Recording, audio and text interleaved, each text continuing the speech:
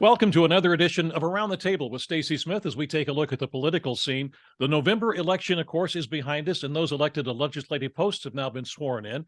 Normally, there is a brief honeymoon period and talk of getting along.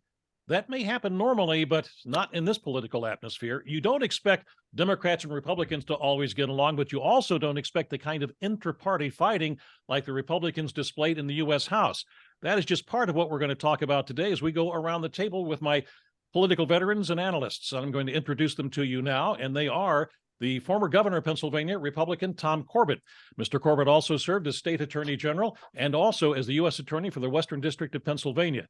Mr. Corbett now teaches law at Duquesne University and also practices in a law firm.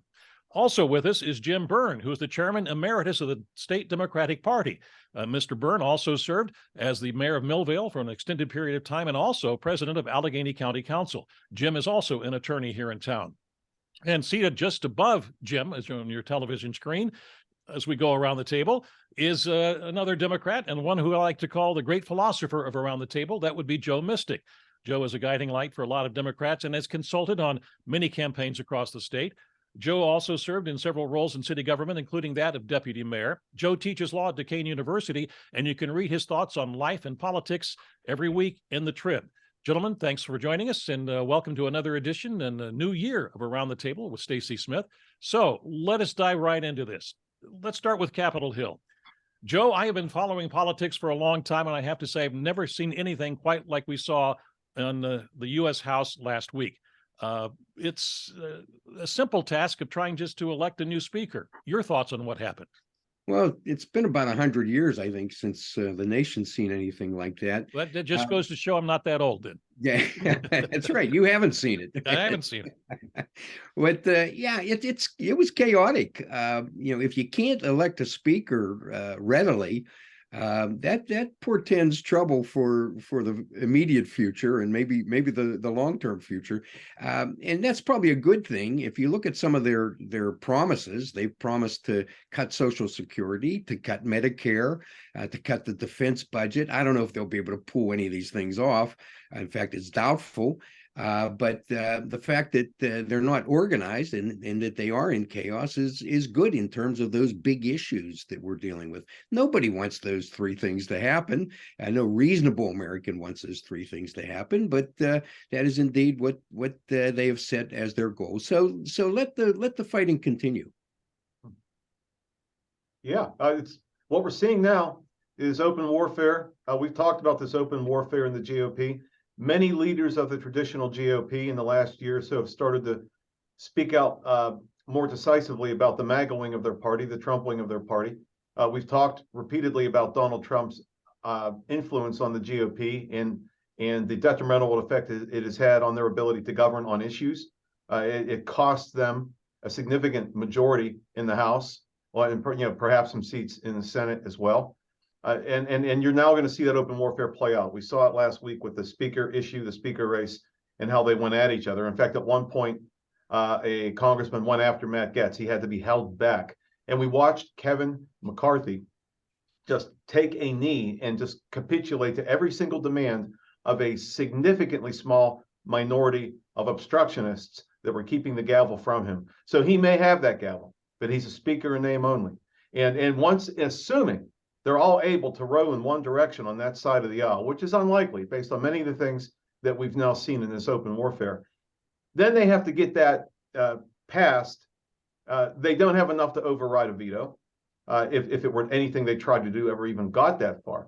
So if they want to tilt at windmills or chase these unpopular issues to appease the MAGA wing or the former president, they're only going to enable and continue the narrative that we've seen that voters don't like what they see on that side of the aisle and will continue to vote against them or for Democrats. So we were going to see a perpetuation of this division until they get the Trump problem under control. Stacy, I think what we're seeing is two issues playing out in this. The first issue is the failure for the red wave to appear in the election back in November. And Kevin McCarthy and mainstream Republicans didn't get enough votes to be able to outweigh that aspect of the far right that are in there, was able to hold this up.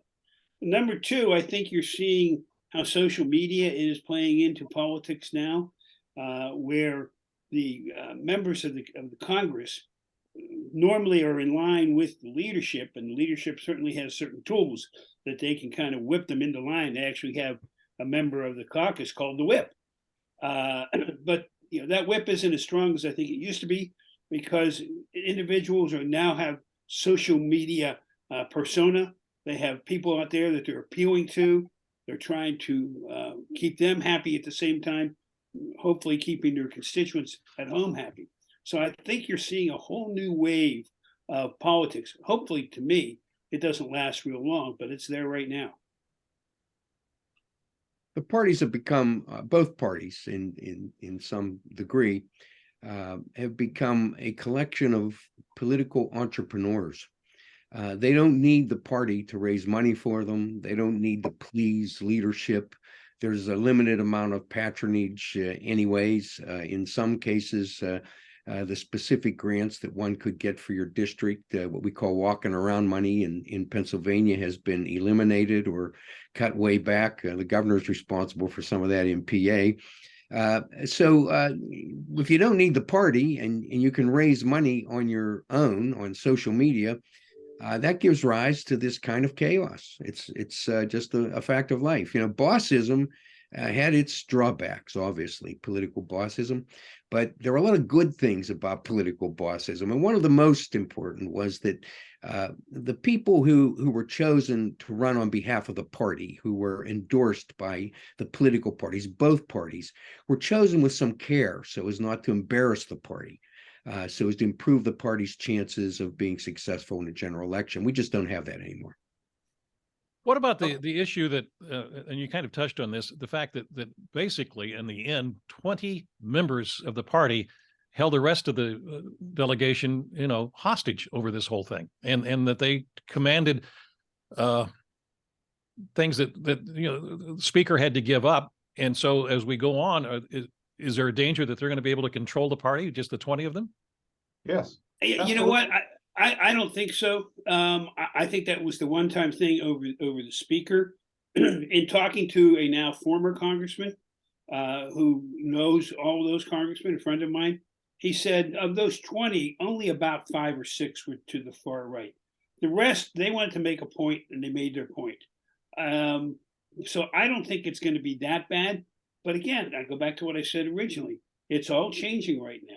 Same thing could happen to the Democrats, and their far left wing could do the same thing at some point in time. Nancy Pelosi had been there for a long time, and she really had her thumb on the scale. She could make sure they did everything that she wanted to. I forget the new leader of the Democrats, Jim, in Congress. Yeah, it's going to come. There's no way he has the power that Nancy Pelosi has. Just like McCarthy doesn't have that power. That's accrued over a period of time, over a period of helping people get elected. So it's a new era for us. Both parties have. Stacy, very quickly, I think there are going to be problems. As the governor said, there were many of that 20 wanted to make a point, but there's a small handful, 4 to 6, that are just these extreme right ideologues. All it's going to take is one Lauren Boebert or one Matt Gaetz, based on the capitulations of McCarthy, to have a recall of his gavel. And I suspect they'll do it at least once. Okay, we need to take a break. We'll be back in just a moment.